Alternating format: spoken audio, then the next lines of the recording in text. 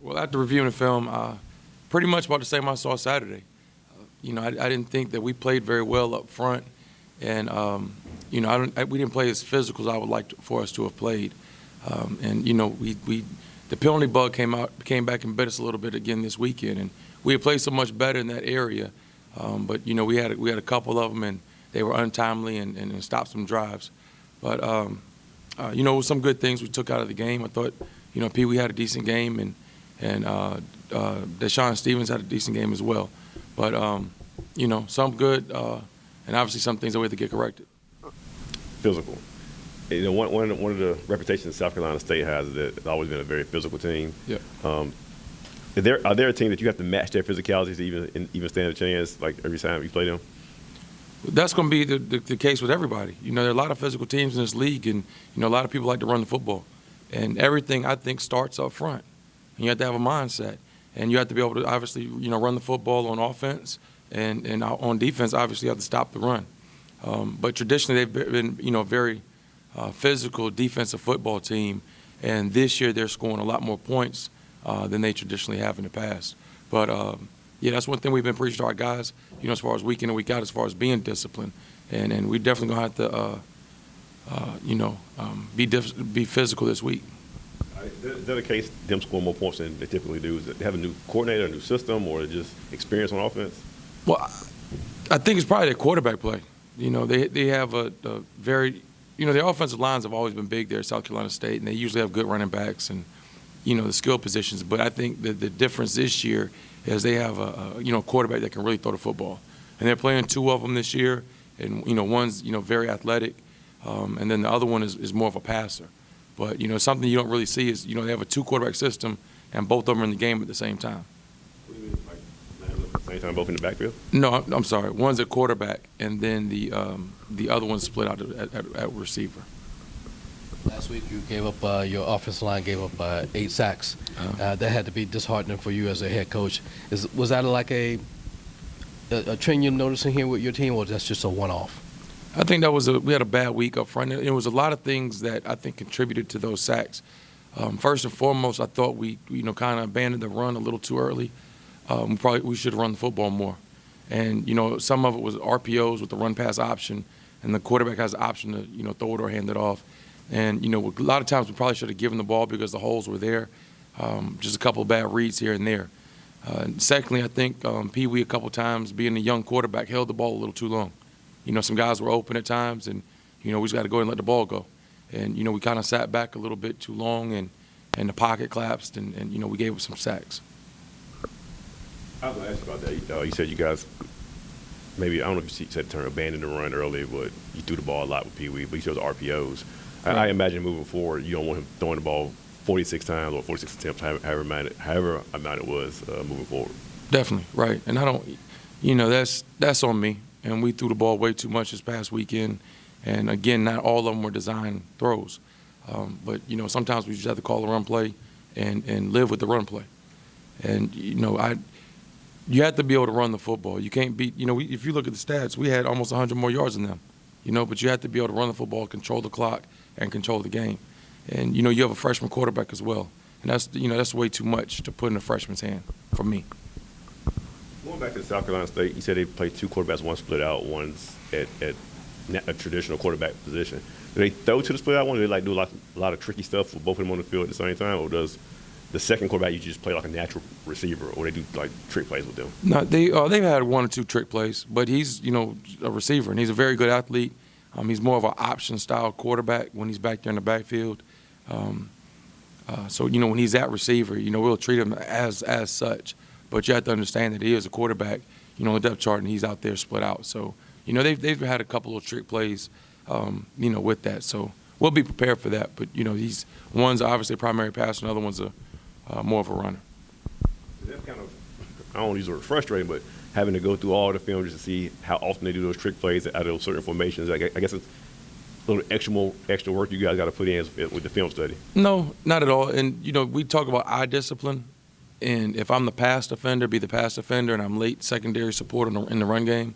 If I'm primary support, I'm not worried about the deep passes. I'm a fit in the run game right now.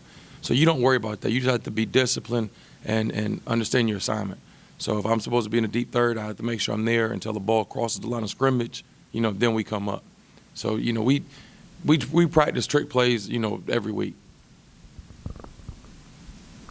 Coach, you're 3-3 in the MEAC. What is the main thing after coming off the loss that you're going to be telling the team this week, coming up on South Carolina State here?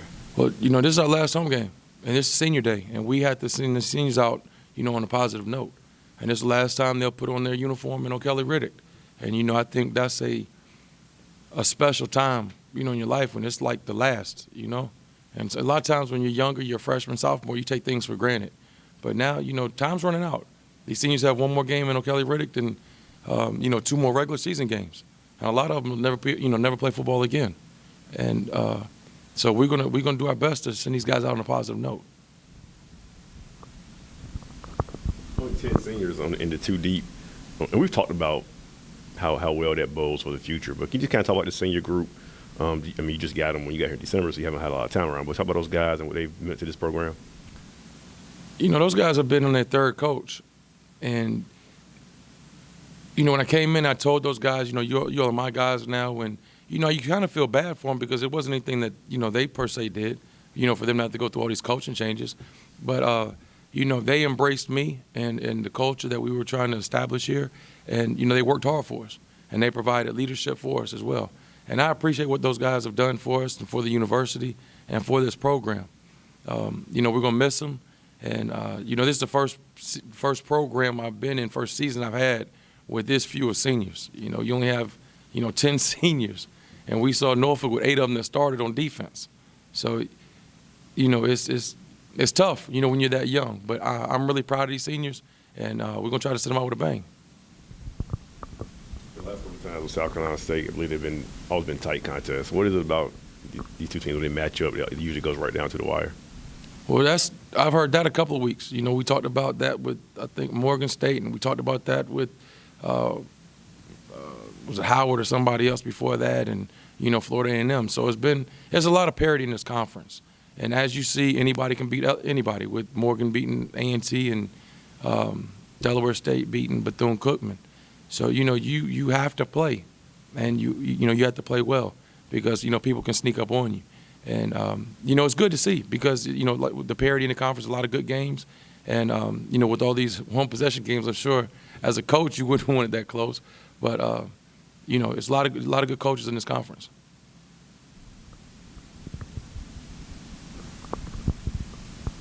Do you have any,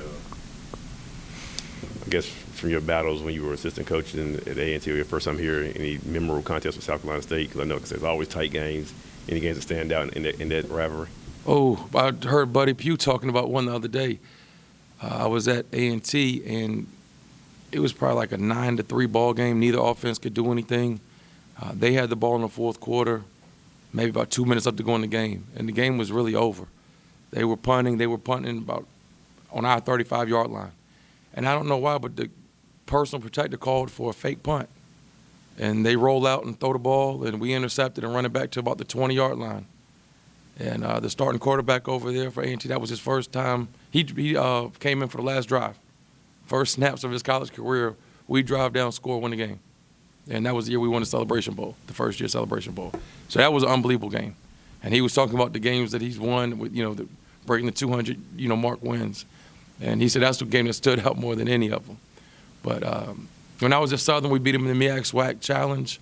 That was a dog fight, and it came down to the wire. But, that's a great program they have down there, and they've won several championships, and a lot of really good players have come out of there. So the Coach Pugh has done an outstanding job. In the regular season, obviously you want wins, but what do you want to see from your team, maybe off the stat sheet or maybe it's not you don't see on the scoreboard? What do you want to see from those guys in the last 2 weeks? I want to see us finish, I want to see us finish. We talk about, don't watch the clock. 0-0, we don't, regardless of how much time's on the clock, I want to see us play at a certain level and a certain standard. And same thing, we have 2 games left. And it doesn't matter whether it's 1 game, 2 games, 4 games. I want to see us finish and play at a certain level. So, like I said, I want to get better this week and prepare to play a really good South Carolina State football team. You seen that in the last couple of games? Did you see that against Norfolk State and throughout the year when they just kept fighting for all 4 quarters, didn't let up? Yeah, and we were down going into halftime, and I challenged those men at halftime, and I told them, defense, you're up first. When we go out, we need to get a stop. And in offense, when we get the ball, we need to put the ball in the box. And, we come out of halftime, hold them to it. Defense stops them 3 and out. Offense goes down there, scores. And, it was a one-possession game, and, we really felt good where we were. And we had the momentum, the crowd was in it, and then we get a senseless, personal foul penalty that kept their drive going. But, things like that, we got to clean that stuff up, and, the sky's the limit for us. This has been an exclusive presentation of the NCCU Sports Network.